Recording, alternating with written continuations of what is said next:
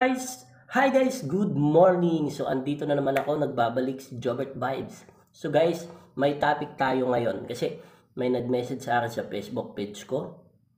FB page ko pala, Jobert Vlogs. So kung hindi ka pa nakapag-follow, paki-follow naman doon para maging updated ka rin sa mga vlog ko doon. So guys, sabi niya dito, Sir Jobert, di ba ang pinagkaiba ng mayaman at mahirap is pera? Nagkataon lang na maraming pera yung mayayaman at yung mahirap ay konti lang yung pera. Or minsan wala pang pera.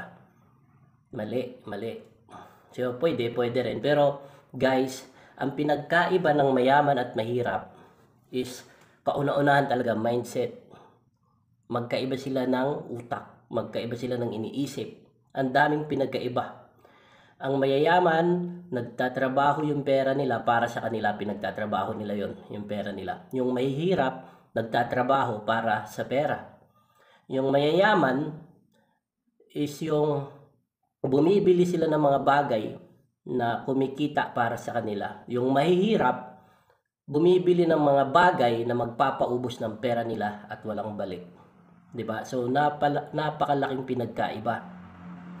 So, guys, ikaw, ano ba yung mga ideas mo, ano ba yung alam mo na pinagkaiba ng mayaman at mahirap? Comment mo dyan.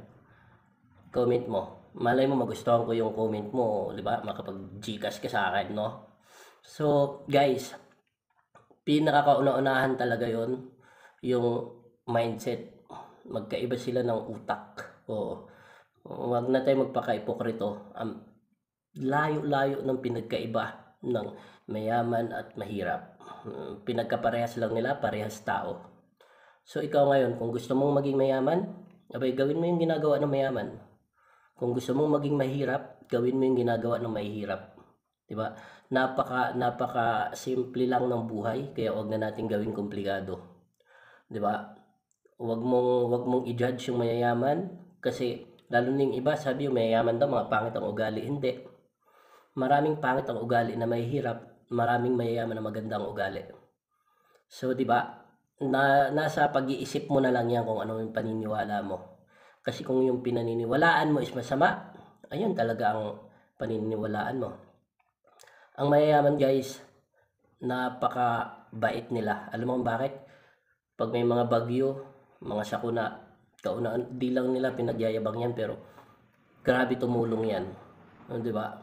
So, yun yung sagot ko doon.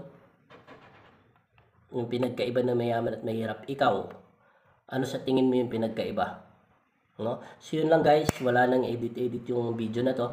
Kung hindi ka pa nakapag-subscribe, paki-subscribe naman dyan ng YouTube channel ko. Kasi kababalik ko lang, no? So, bala ko talaga ngayon, araw-araw dapat gumawa ako ng video. Kaya kung gusto mong maging updated sa mga videos na i-upload ko, kung may mga katanungan ka na kaya kong sagutin, i-comment mo lang dyan sa baba. So yun lang, bye-bye!